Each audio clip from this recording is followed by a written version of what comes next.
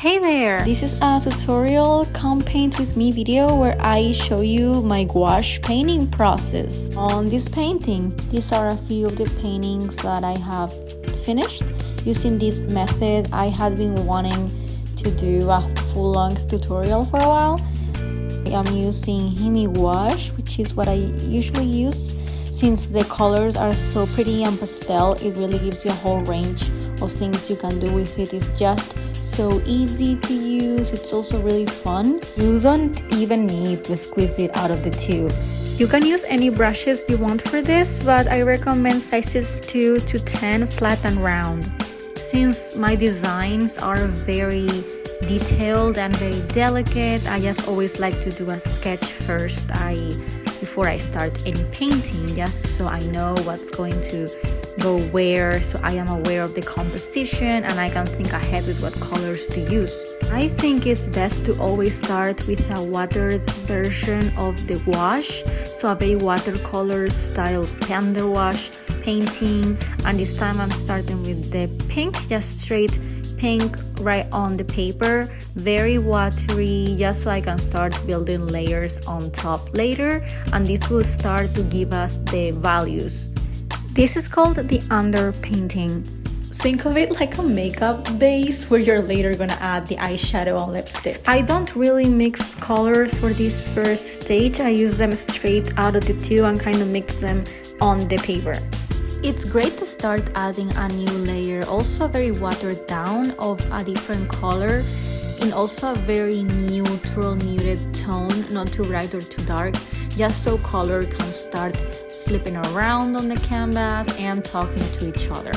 Color talks to each other. That means that you cannot have, let's say, a bright red in one spot and have that nowhere else. You can have a bright red in a scene that's very muted, but that red has to be reflected in another area so that it doesn't feel like it's isolated, which is what I'm doing here by adding the hotter pink, just building up layers so the values can start building on their own.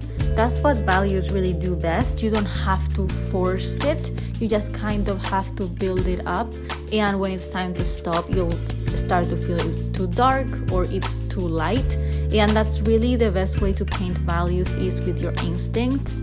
I really like to squint my eyes when I am painting values. That way your eye doesn't focus on every detail when you're starting with a painting. You're just seeing like a blob of color and values, and it all kind of meshes together, and that's what you want. You want to squint while you're painting so that you can see the big shapes and get those in first. One of the most important things I can ever share with someone is to never use black straight out of the tube as a shadow color. Here you can see that I am using like a light purple for the shadows, the shadow areas, the darker areas, and that's what you want. It doesn't have to be such a light purple like I am using here, but it's really a great way to make it feel like it's cool shade without making it boring. Black straight out of the tube will always make it feel fake.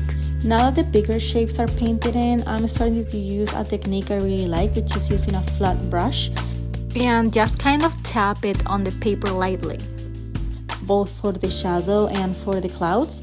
It's like small short movements that kind of pile on each other and define the shapes. As you can see, you can just do it very quickly, very softly, and it will get the idea in. It won't be very detailed, but it will fill in the gaps. Now for my style, as you know, I really like to use very saturated colors, but if you pay attention, I don't use it in the entire canvas, just special areas I like to choose. For example, here I'm not scared to go in with a bright pink, which is something I really recommend, is to choose an area and just go all in with bright colors, and it just gives your art so much life. And if you like the color schemes I usually use, that's kind of my secret, is to balance some earthy tones like the green on the grass and some straight out pink, unapologetically bright. Now I am going in with a darker version of the green, this time a lot more olive, and this is when I'm starting to lay in the darker areas. This will make everything else, all the brights, really pop. I am using the small flat brush by Miya Arts again, just so I can get the shapes in, if that makes sense, to get the bushes just as a general blob. And it's great to just dot in all of the colors, and it's just so much fun. I think this is my favorite part of the painting, is when I start to lay in the darks with this technique of just tapping it in. Now it is going to feel like I am taking this painting from sunset or sunrise colors to more of a daylight by painting the sky blue on top of the pink, which is gonna give us a little bit of a lilac feel of purple. But I just really like that color combination. Super important you have your brush super clean for when you're painting the blue of the sky, because if you have like any other color on there that's not blue, like even just like a little bit of an older green from an hour ago, like it's just gonna completely make your sky feel dull and dirty, and you don't want that. Once the sky is painted in, everything is gonna start to feel like it comes together. I like to start adding details pretty early on because I like to build on them, and then I can start to visualize the painting, and I get excited. When you're excited about your painting, it just comes together so much better. So here I'm using a 4-sized brush and adding the earthy brown tones that will balance out the hot pinks and will make everything feel a lot more intentional. I don't start mixing colors until this stage in the painting usually. When you're painting a branch, it's very important that it is defined and you're not scared when painting in the line, or it will come out like jiggery and it won't read like a branch. Make sure that the thinnest side is at the end and you start thin and go thicker as you press down with the brush. Same thing I'm doing here, using the tip very lightly to define the areas in the house. It looks hard because it's small, but it's just about technique and making the lines short, quick, and easy. Remember how I said that color talks to each other? Well, it does. It will gossip about you, and it wants to be everywhere. So here I am adding pink, a little bit of dots everywhere, all over the painting. This is gonna make it feel cohesive, and it's not just a monochrome palette. There are different colors, but having a main color in every corner will make it all feel like they're a happy family. A cohesive and happy family of pinks living everywhere in your painting. We are entering the definition phase, as I like to call it, where adding details and being very patient is very helpful. I think this is the most important step, is adding the details for the leaves, in this case the house, the roof. It's gonna define it all together. Now for mine, I really wanted to paint the frame as well, so I am using acrylic paints for it, but don't feel like you need to. You can just follow the gouache tutorial. This is just an extra step if you want.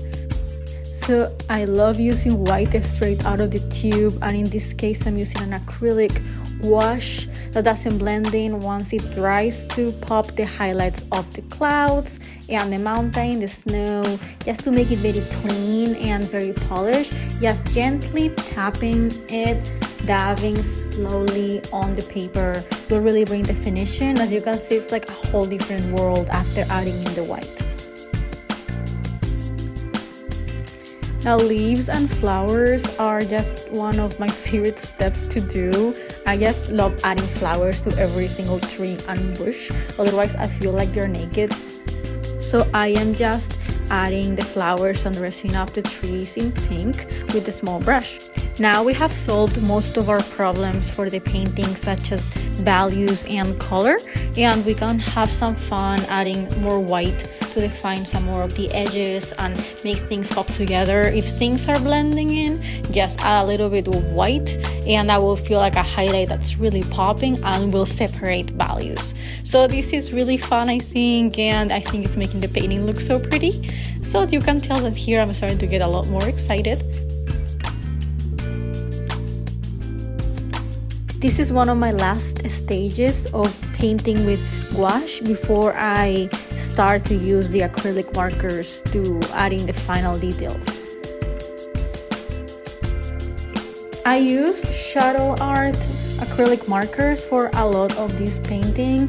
It was kind of my first time using it, and I really like aftertip, the amount of paint that comes around with it, and it was really nice to add all the shine and details at the end, such as to the smoke, the clouds. And I really like using acrylic markers for the sky to add a moon and stars. It feels like the reward after dealing with messy paint, because it's just so controlled, so easy to use, and it's just really fun. Like, you just feel like your inner child is really connecting with the painting at this stage. Now, acrylic markers do have paint in them, so you can use them to define other areas, and even if you forget something, like I did here, where I am using them to make a waterfall kind of on the mountain, then it feels kind of like you just added it with gouache. It's not gonna feel like a line of marker in the middle of your painting. So for small details like that, or second thoughts, because I change my ideas all the time, these things are just perfect. I also have to mention the Languo acrylic markers because they're just fantastic. I almost forgot to paint in the white deer, even though that was the original idea that I had sketched in. So I remember real quick and used the really thin brush to just paint it in with white acrylic straight from the tube. And this is just me really enjoying the last step of the painting before calling it done with the frame. Everything is enhanced and I'm just enjoying the last steps, which is the reward after being terrified at the beginning that the painting is not gonna turn out. I just never think it's gonna turn out, and somehow it does. And that's it for now. I really hope this was helpful and fun to watch. Thank you so much, and I'll be back with more. Please like and subscribe and have a magical day.